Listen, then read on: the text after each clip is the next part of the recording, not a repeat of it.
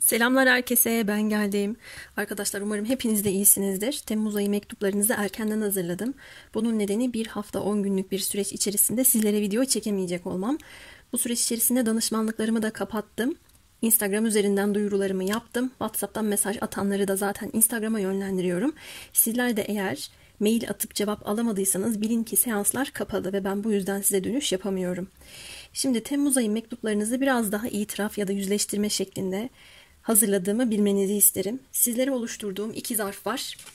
İlki fıstık yeşili, ikincisi de toz pembe. Şöyle tutayım. İlk gözünüze çarpanı seçebilirsiniz. O sizin için daha doğru demektir. Evet. Neden bilmiyorum ama hissiyatımda pembe mi yeşil mi? Pembe mi yeşil mi diye kararsız kalmış arkadaşlarımın olabileceği bilgisi oluştu. Eğer öyleyse yeşili seçebilirsiniz. Böyle çıktı ağzımdan, içimden böyle geldi. Sizin yerinize aşırı derecede kararsız kalmış olan arkadaşlarım için söylüyorum. Yeşilden başlıyorum ben. Bunu kenara alalım.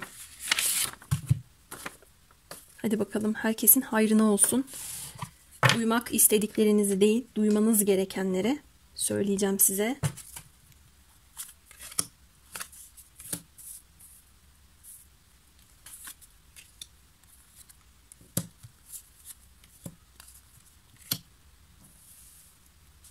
Genel enerjide ben bu defa birden fazla kart kullandım. Genel enerjiye yoğunlaşmak istediğim için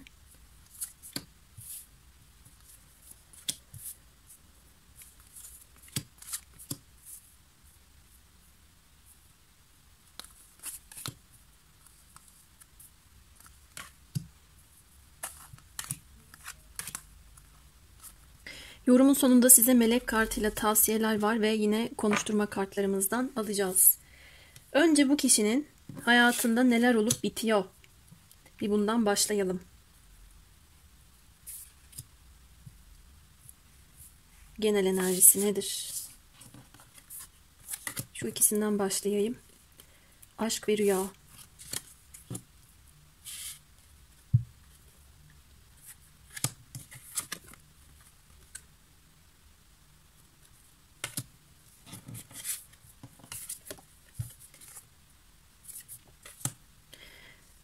Şimdiye kadarki olan kısımda bu sevdiğiniz kişinin hayatındaki her bir alanda bir dönüşüm yaşadığını ve bunun ona bir devrim gibi geldiğini söyleyebilirim. Şimdi bu hiç beklemediği, ummadığı bir şekilde sevginin, aşkın içine düşmüş olabilir. Veya son dönemlerde rüyasında gördüğü, hayalinde canlandırdığı bir aşk olabilir. Sizle ilgili durum ona rüya gibi geliyor olabilir. Sizin burada bu kişiye yaklaşımlarınız da gelmiş. Sevgi dolu, yardımsever, anaç. Kendinize de bu şekilde, diğer insanlara ve bu kişiye de bu şekilde olduğunuzu görüyorum. Ve bu kişiyi değiştirip dönüştüren de bu olmuşa benziyor.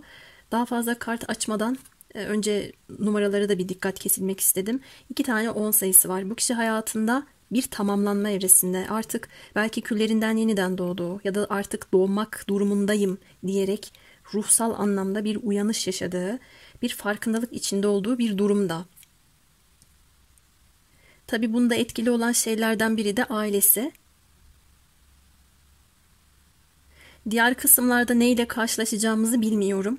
Ama eğer bu kişiyle sizin aranızda ailelerden kaynaklı bir sorun, bir pürüz varsa, ben şurada yabancıyı kucaklamaya hazır olmak yazdığı için, belki ailesi sizi yabancı gibi görüyor ya da tam tersi sizin ailenizdeki bireyler bu kişiyi öyle görüyor.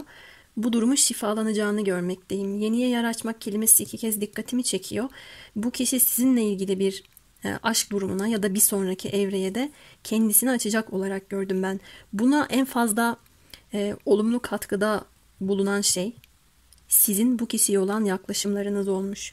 Siz muhtemelen bu kişiye çok yırtıcı, hırslı, dediğim dedik, egoist bir şekilde yaklaşmadınız. Ya da ben şunu istiyorum, bunu istiyorum diyerek karşı tarafa beklentilerinizi yükleyip yığmadınız.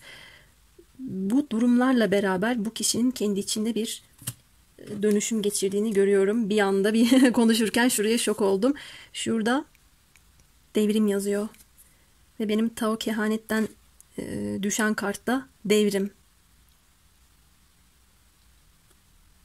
Belki de bakın şurada bir anka kuşu resmedilmiş. Çeşitli suretler var. Bu kişi kendi ailesi içerisinde bir devrim yaşıyor bile olabilir. Ya da hayatında şu anda şöyle bir konunun varlığını da görüyorum. Atıyorum. İsmi Ahmet olsun. Yani Ahmet öyle bir kendini aştı ki biz ondan hiç böyle bir şey beklemiyorduk. Bir anda kendini bambaşka bir tarafa doğru çevirdi. Ya da bir anda bir atağa geçti. Ya da hiç evleneceğini ya da aşk ilişkilere bakış açısının bu olacağını 40 yıl düşünsek aklımıza gelmez de şuna bakın neler yaptı adam diye çevresindeki kişiler de düşünüyor işte veya kadın diye ben orada örnek verdim ama siz çevirin. Devam edeceğim, merak ettim. Enerjisi Koç enerjisi arkadaşlar. Özellikle de Nisan ayından beri çözüme kavuşmamış konuları şu anda kafasına koyduğunu yapma ya da atağa geçme, bir şekilde eylemsellik, hırslı olma gibi durumları ön planda olabilir. Eğer bu kişi çocuk sahibi ise bunu biliyorsanız çocuklarıyla ilgili sorumlulukları ya da anne olması, baba olması gibi bir durumda daha önceki gibi davranmaması, artık daha belki de iyi bir şekilde bakan, bilinçli, farkındalıklı bir şekilde hareket ettiğini görüyorum. Yuvaya bir dönüş gibi de algıladım. Taşınma gibi de algıladım. Şuradaki leylek bana bir yer değişimi, bir değişim dönüşümü tekrar çağrıştırıyor. Farklı bir düzene geçmek ya da artık bu kişinin enerjisinde ya artık aşk adına bir sayfa açayım, hayatımda bir güzellik, bir yenilik olsun. Ben de bunun kararını aldım. Eski düzende devam edemem. Eskiden vazgeçmeden yeniye yer açamam tarzında. Burada kararlılıkla ilerlediği bir süreç geliyor. Aynı zamanda hayatında bolluğun, bereketin de son derece yüksek olduğu bir dönemi var. Maddi kaynaklar bulamadıysa bulmuş olabilir. Bunların yollarını bulmuş olabilir. Eline para geçmiş olabilir. Aileyle beraber geldiği için mal, mülk, miras durumları söz konusu olabilir. Bir yolculuk gündemi olabilir. Genel anlamda enerjisinde bazı şeylerin daha iyiye doğru gittiğini de söyleyebilirim. İş değişimi, taşınma, yer değişimi ya da geçmişten yeniye doğru yol alarak kararlı bir şekilde ilerleme tarzındaki bir süreç de var. Arındığını hissediyor bu kişi. Ben bu kişinin enerjisinde evet bir atiklik gördüm, bir hırs gördüm, kafasına koyduğunu yapma görüyorum. Daha çok baş bölgesi gelmiş. Koç, Yay burcu ve şurada da bir ateş teması çıktığı için anka kuşunda daha çok ateş elementi görüyorum enerjisinde. Uzunca zamandır bastırdığı, baskıladığı ya da tahammül göstermek, sabretmek durumunda olduğu konularda yavaş yavaş şifa buluyor gibime geldi. Bu onun kendi kararıyla olmuş ama. Ben de oturduğum yerde bu kişinin enerjisi sanki bana geçti. Yeter artık bey deyip böyle sandalyemden kalkasım geldi. Böyle olmuş olabilir.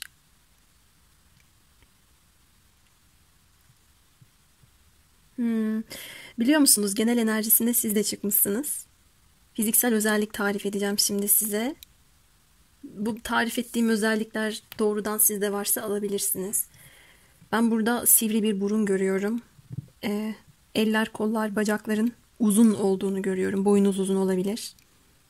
Güzel dalgalı bir saç yapısı görüyorum. Ya da kendi saçınız dalgalı değilse de o şekilde ise yaptırdıysanız bu kişinin bakış açısını gördüm. Ya da eril olan arkadaşlarım için saçlarınızı bir kenardan diğer bir kenara havalı bir şekilde atışınızı gördüm diyebilirim.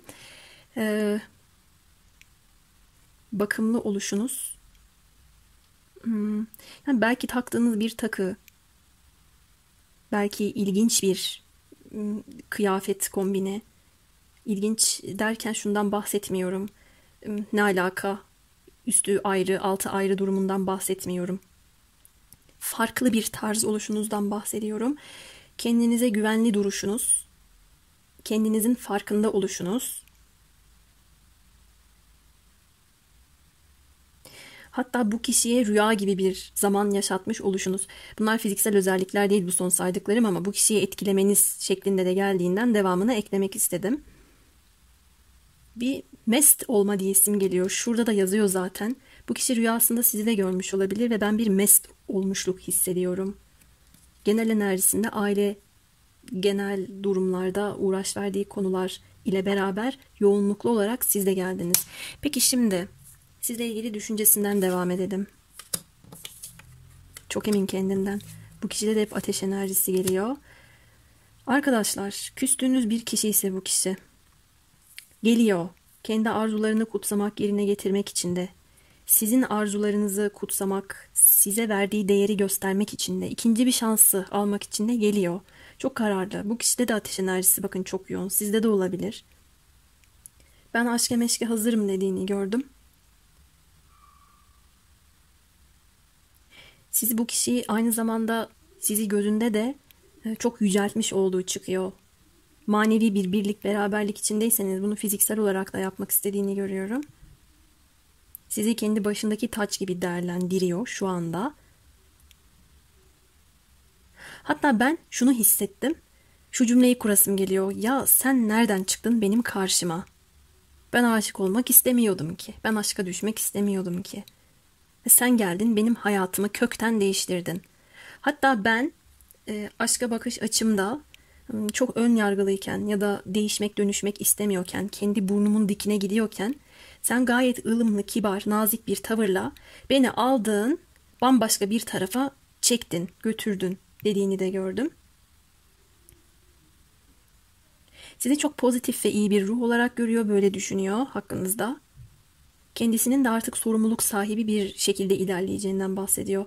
Artık dedim ama eğer böyle bir durum yoksa, yani geçmişteki sorumsuzlukları tarzındaki bir durum söz konusu değilse şöyle yorumlayabilirim. Artık kendisini hazır hissettiği için sizden önceki durumla kıyaslıyor şu anda kendisini. Tamam, ben hazırım, şunu istiyorum. Mantığım da onay veriyor, duygularım da, tutkularım da zaten sana doğru akıyor.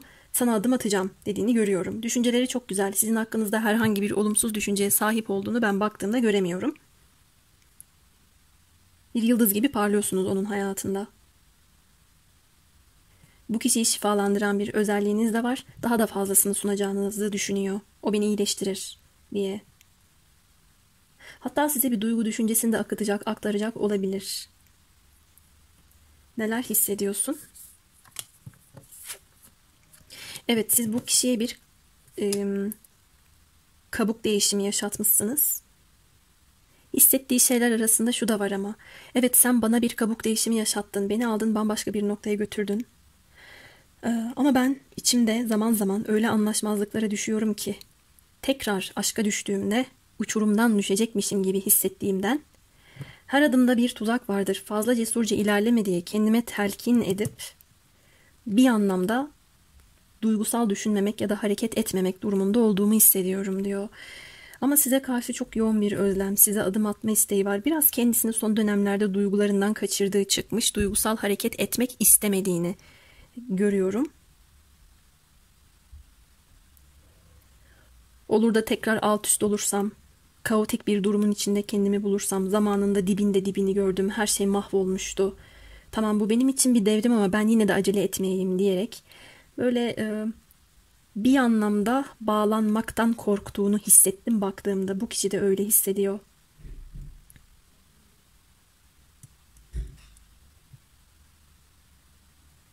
Ruhsal olarak bu kişiyi siz çok çekiyorsunuz. Yorumlara bir yazar mısınız? Ben kartların tabii ki anlamını da size aktarıyorum ama hissettiğim şeyleri de size yorumun başından beri söylüyorum. Hissettiğim bir şey daha oluştu şu anda. Ya ben özümü arıyordum. Ben ruhumu arıyordum ama aradığımı bile bilmiyordum ki seni görene kadar. Meğersem ben seni arıyormuşum gibi bir şey var şu alanda.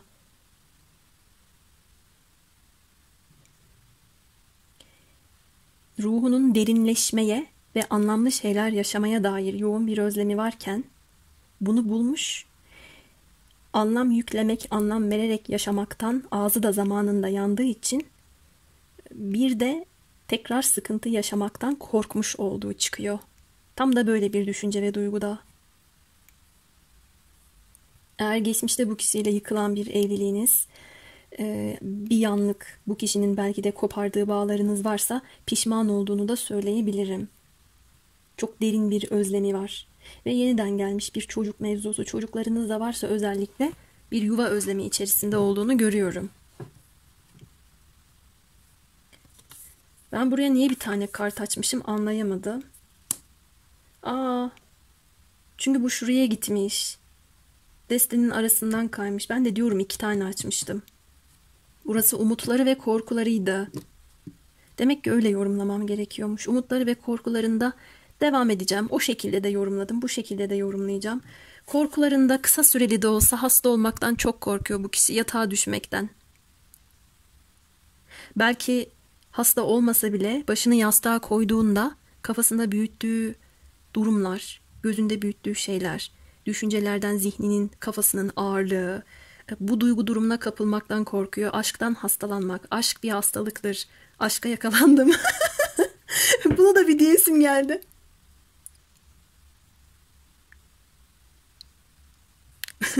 Ay aslında gülmemem gerekiyor ama. Çünkü korkuları kısmı yani. Şuna bakın. Sevdiğiniz kişinin korkularını yorumlarken gülüyorum. Evet. Umutlarında da buradaki çocuk kendi içsel çocuğu olabilir. Heves ediyor. Belki heves etmeyi özledi. Yeniden bir şeylere başlamayı özlemiş bir ruhu olabilir. Ama heves ettiği şeylerde de tekrar hayal kırıklığı yaşar mıyım, yaşamaz mıyım tarzında bir endişesi var. Bu da yeniden korkusu olarak geliyor. Çocuk sahibi olmak diyebiliriz, baba olmak diyebiliriz, anne olmak diyebiliriz umutlarına. Ya da buradaki bebek leyleğin üstüne binmiş ya, hani uçur beni güzel bir yere götür. Ya da leylek bir yer değişimini temsil eder demiştim size. Beni şu noktadan bu noktaya götürmeni umut ediyorum diye içinde çocuksu bir umut taşıyor da olabilir arkadaşlar. Çok tatlı geldi burası ve samimi geldi bana. Samimiyetsiz olsa size söylerdim. Ama şey olabilir mesela duygularında kaçamak tavırlar, iki yönlülük, kendine bile duygularını itiraf etmemek, maske takmak tarzında olduğu için bu anlamda şu kısımda korku nedeniyle bir git gel yaşadığını da söyleyebilirim size. Peki şimdi eylemlerine bakalım. Lenormand kartları bize eylemlerini söylesin. Çapa, gemi ve ağaç. Ruhsal bağlantı, geçmiş yaşam temasını daha çok gördüm. Sizden giden biri ise ayrılığınız bu kişiyi ruhsal anlamda bir noktadan farklı bir noktaya yükseltmiş, güzel olmuş. Ruhsal bağlantı, ruhsal boyut var. Bu kişiye çok fazla şey kattığınız çıkıyor. Tekrar geri dönebilir. Aranızdaki duruma barış sağlayabilir. Benim seninle köklü bir ilişkim vardı. Bunu şifalandırmak istiyorum diyebilir. Tekrar buraya bir çapa atmak isteyebilir ama zamanı var.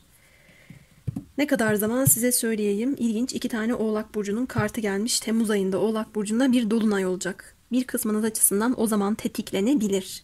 Bir de yaz sonuna kadar diyesim geldi şuna bakınca.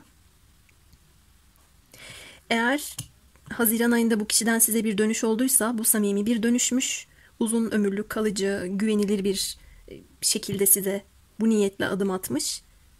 Ben şimdi bundan sonrasını devam ediyorum diye bu mektubu seçtim ve bu videoyu izliyorum diyorsanız da bundan sonraki süreç için hani o doğallık, o köklenme isteği devam edecektir.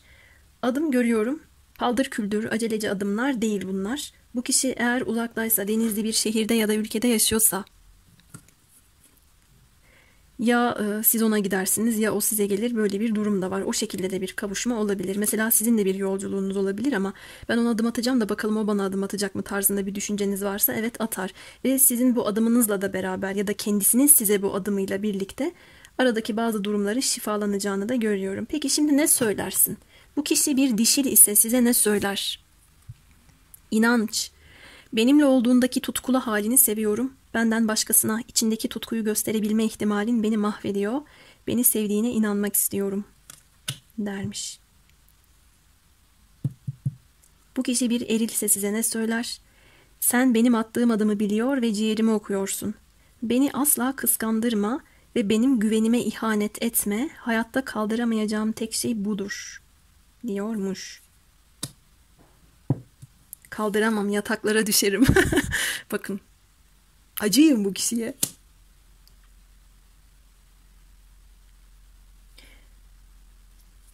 Dişil arkadaşlarım.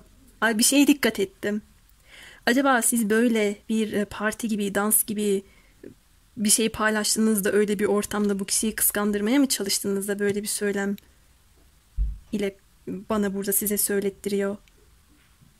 Öyle bir şey yaptıysanız yapmayın, bakın. Ee, Siz buna inanmak istiyorsanız karşınızdaki kişi de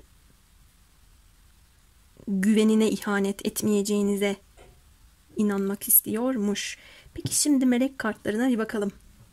Daha doğrusu kartına size ne söylüyor? Huzur. Baş melek Şamuel zaten aşk ilişkilerle ilgili bir meleğimizdir. Sevginin tek gerçek olduğunu hatırladığında iç huzuru ancak o zaman gelir diyor. Buradaki güvercin barışmayı ya da iletişimi temsil edebilir arkadaşlar. Daha verimli, daha yaratıcı bir sürece geçeceğinizi de bu kartla beraber söyleyebilirim size. Evet, umarım memnun kaldınız. Sizleri çok seviyorum. Yeşil zarf benim için bu kadar. Şimdi pembe zarfa geçiyorum ben. Kendinize çok iyi bakın. Pembe zarftayız.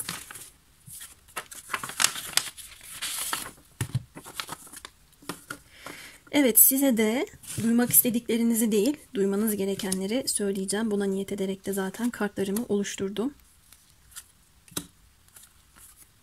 Bakalım dizelim. Genel enerji kısmına bayağı bir kart açtım. İçimden öyle gelmişti.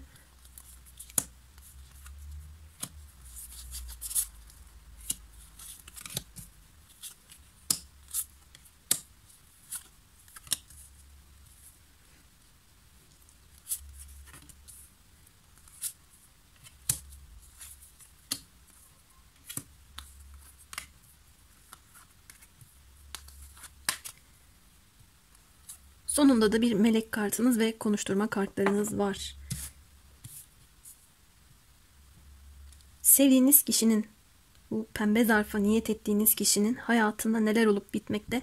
Genel enerjisi nasıl bakalım? Önce şu ikisini açacağım.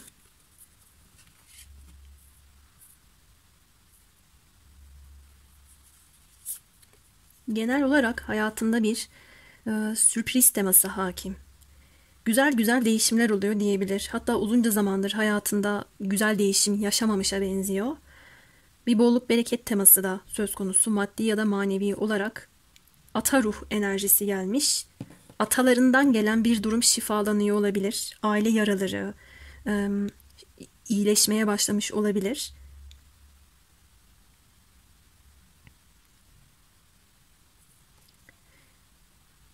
Bir yazgı, söz, iletişimle ilgili bir konu dikkatimi çekti. Şu kişinin kafasındaki kuş tüyleri, ben de bir şeyi yazmak, yazılmış bir şey üzerinde düşünmek, kadersel konular.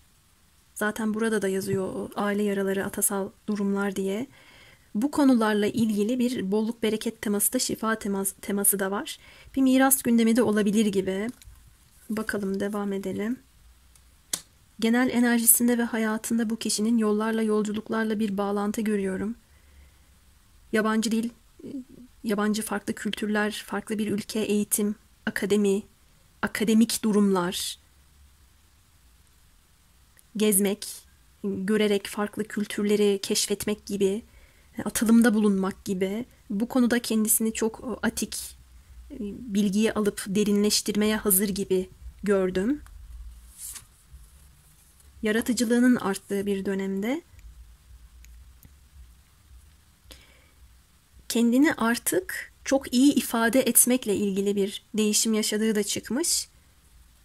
Bu kuş tüyü, bende yazma, ifade demiştim ya, daha yaratıcı nasıl ifade edebilir kendisini, an enerjisinde böyle bir durum çıkıyor.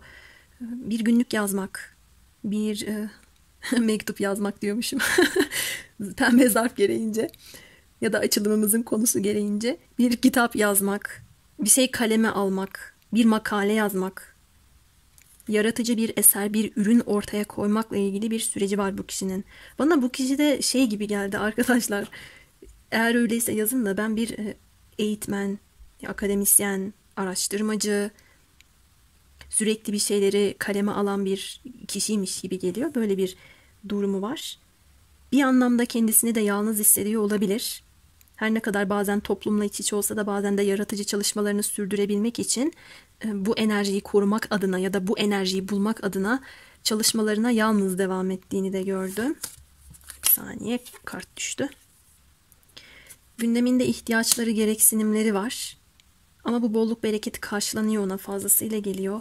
Bir ilahi adalet gündemi olabilir. Ektiklerini biçtiğini görüyorum. Bakın, bu kedi Pandora'nın kutusuna oturmuş. Yerde de bir anahtar var. Anahtarın ucunda Pandora yazıyor. Biraz burayı didikleyelim biz.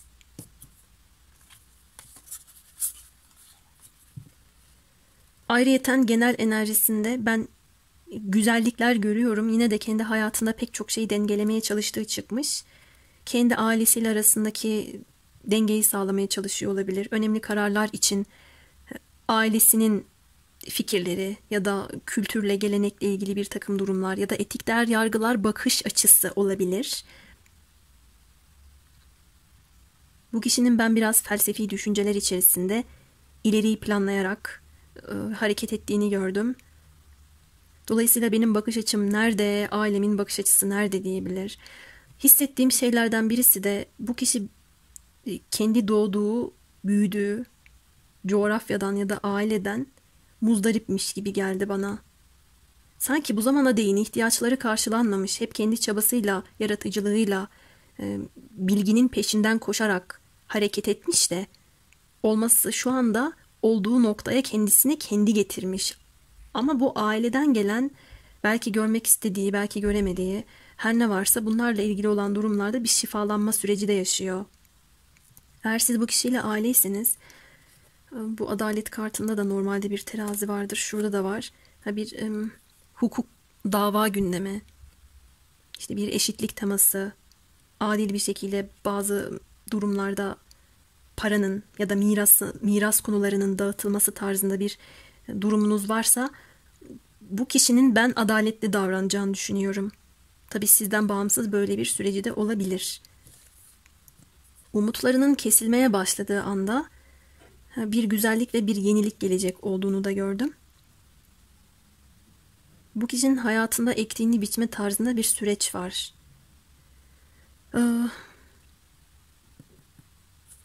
Şurayı biraz daha bir okuyasım geliyor. Objektif davranmaya çalışıyor. Etkileşim kurmaya çok önem veriyor. Hatta şimdi bu söyleyeceğimi kibirlilik olarak algılamayın. Çünkü bu kişi öyle algılattırmak istemiyor. Ama etkileşim kurduğu, iletişimde bulunduğu her şeye ve herkese karşı seçici olmaya gayret gösterdiğini de gördüm. O yüzden belki de sorguluyor. Yani neden ben burada doğdum ki? Ya da şurada kendimi daha iyi geliştirebileceğim bir fırsat var. Geliştirebilirdim. Orada ben atıyorum bu mesleği daha iyi yapabilirdim. Ya da şöyle bir ailede doğsaydım keşke diye. Böyle bir enerji aldım ben. Ve tüm bunlarla beraber tabii nasıl bir şey kurmak istediğini, gelecek kurmak istediğini de istemediği şeyleri yaşadıktan sonra açığa çıkarıyor bana.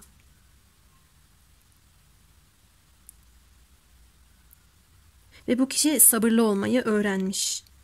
Ne kadar değişik geldi. Şu anda mesela 2 kez düşünüyor bir adım atmadan önce.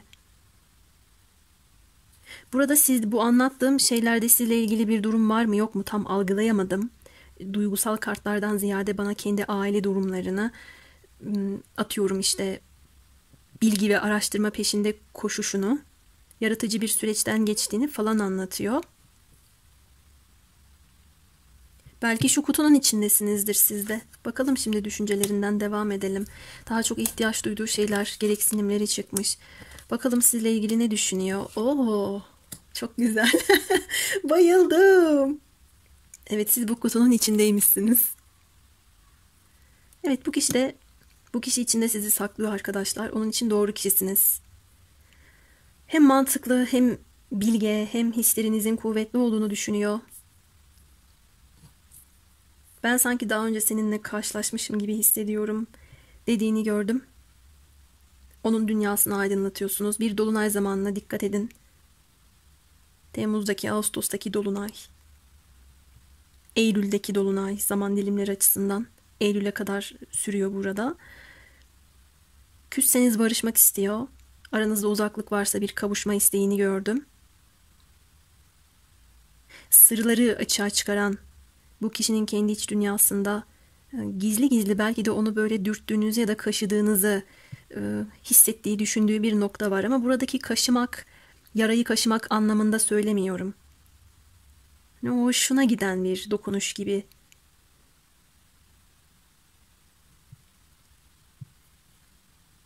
Sizi vazgeçilmez ve ulaşılmaz da buluyor.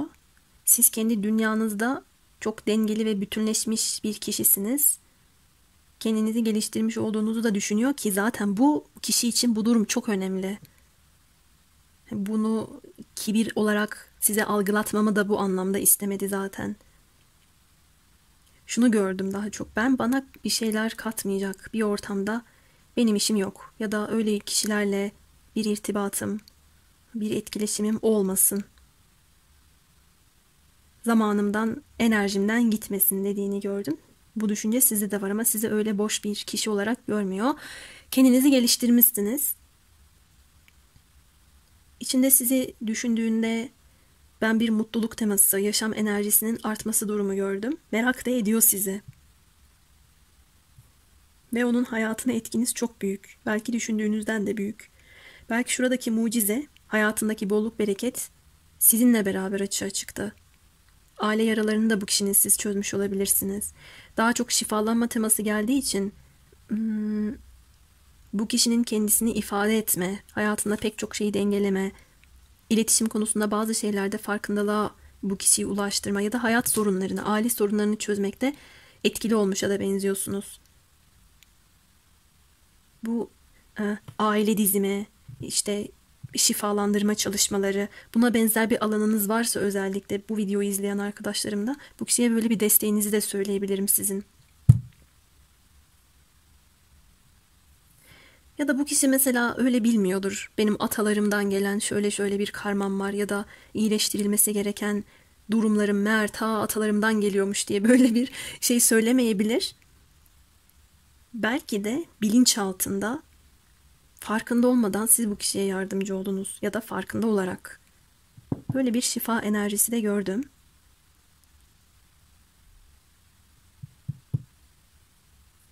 Ruhsal bir boyutta olduğunuzu düşünüyor aranızda.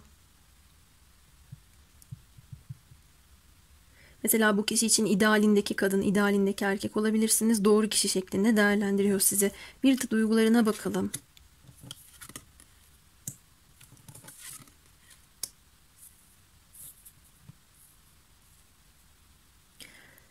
Ben burada bir uzaklık ya da ayrılık da algıladım. Sanki bu kişi için hayatın anlamı sizsiniz. Bir pişmanlığı, mutsuzluğu var. Sizsiz, amaçsız hissediyor gibi kendisine. Gelmek istiyor. Yüzleşmeden kaçtı ya da yakın geçmişte böyle bir şey yaşadıysanız veya uzak geçmişte sorumluluk almak yerine kaçtığı ya da yüzleşmek istemeyip uzaklaşmayı tercih ettiği durumlarda daha fazla uzağa gidemeyeceğini, kaçamayacağını, bunun kendisine daha fazla engel yaratacağını hissetmiş bir dönüşü olabilir size. Kalbinde, ruhunda siz varsınız. Her şey sizinle anlamlı bu kişi için. Kupaların onlusu kartı gelmiş tam merkeze. Ben hep şunu diyesim geliyor. Yanlış yere emek vermek istemiyorum. Yanlış yere emek vereceğime kurulu düzenimi bırakırım. Ya da bana hizmet etmeyen şeyleri ardımda bırakırım. Yoluma bakarım, önüme bakarım. Bu kişiden sürekli bana böyle bir enerji geçiyor arkadaşlar. Ama tabii senaryo değişebilir. Mesela sizden giden bir kişi içinse ilahi adalet gündemi, hukuk, dava gündemleri, sizin doğru kişi olduğunu anlaması ve tekrar pişmanlıkla adım atması gibi bir senaryo oluşabilir. Bu sefer kendinden emin olabilir. Size ihtiyaç duyduğu için. Sizi şu anda her ne kadar aranızda böyle bir durum yoksa yeni tanıştıysanız bana geçmişinden şikayet edip böyle böyle artık istiyorum deyip hayatı anlamlı şekilde yaşamayı arayabilir. Bu uzaklarda da olsa gideceğim diyebilir. Yurt dışında da olsa gideceğim diyebilir. Ve ruhunun onu çektiği bir yer var. Orayı bulmaya çalışıyor sanki. Böyle bir tablo, böyle bir durum çıkmış.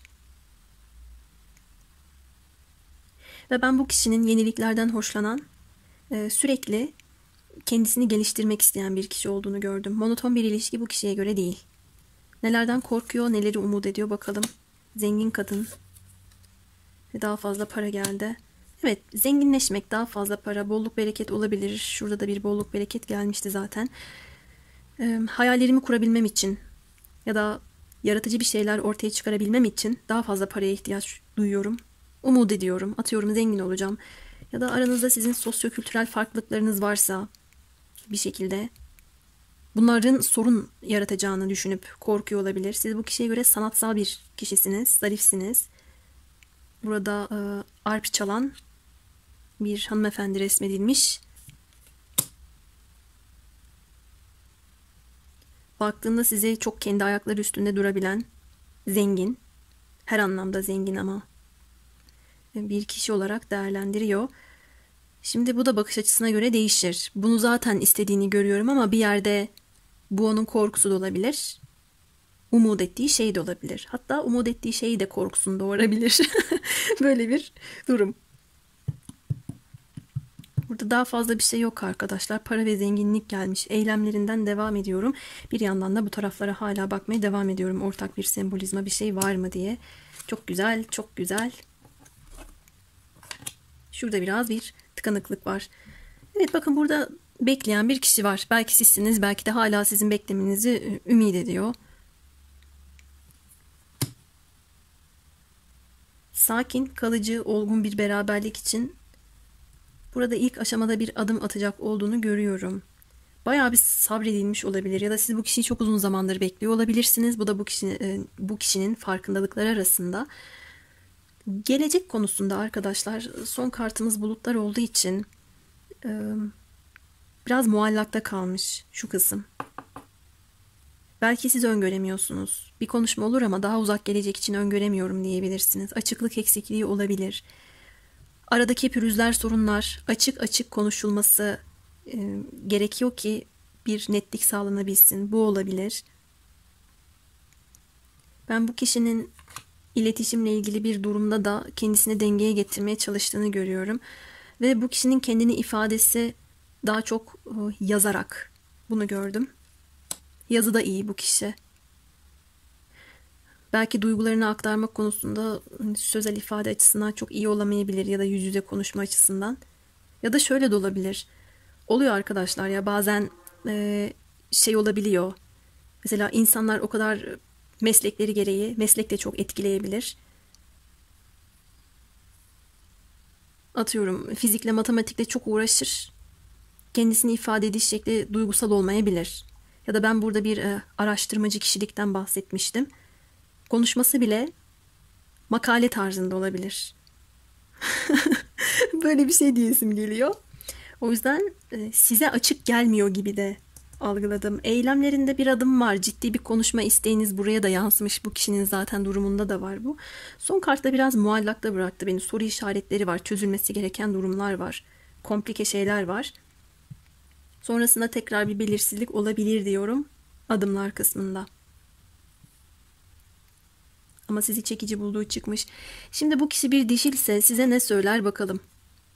Biliyorum. Oyalandığın her şeyi bırakıp bana geleceğini biliyorum. Bundandır seni özgürlüğünle baş başa bırakmam. Bu kişi bir eril ise size ne söylermiş? Ben sevgi adamıyım. Sana doğru adım atabilmem için senden bir işaret, bir iz veya bir nişan bekliyorum. Bakın karşınızdaki kişi sizi özgürlüğüyle baş başa bırakırken belki de sıkmamak adına ya da beklenti geliştirip kaçırmamak adına eril kişi de iz ya da işaret bekliyor. Böyle bir senaryo var. Belki de o yüzden şurada çıktı. Sizi vazgeçilmez görüyor. Aynı zamanda merak da ediyor. Ulaşılmaz da görüyor. Değişim bundan da. Bir şey bekliyor bu kişi sizden. Ama siz de bekliyorsunuz olarak gördüm ben. Belki de bu kişinin düşüncesi yansımıştır. Ben şimdi ona adım atacağım ama beni bekleyip beklemediğinden emin olamıyorum diye karşılıklı bir emin olamama tarzında bir şey hissettirdi bana bu kartlar. Peki son kısma gelelim. Melek kartınız size ne söylüyor? Aa ne ilginç. Ötekinde de baş melek Şamuel gelmişti. Sevgili. Ruh eşinle olan ilişkinde sana yardım ediyorum. Evet, arada da güzel bir ruhsal bağlantı geldi. Burada adım var ama arkadaşlar, belki de uzak gelecek adına şimdilik muallakta kalacak bir durum olarak söylüyorum. Daha fazla an enerjisindeki ya da geçmişteki durumun enerjisini size aktardım. Benim için çok zevkliydi. Umarım siz de memnun kaldınız. Benim pembe için de söyleyeceklerim bu kadar. Yeni video çekene kadar kendinize çok iyi bakın. Sevgiler.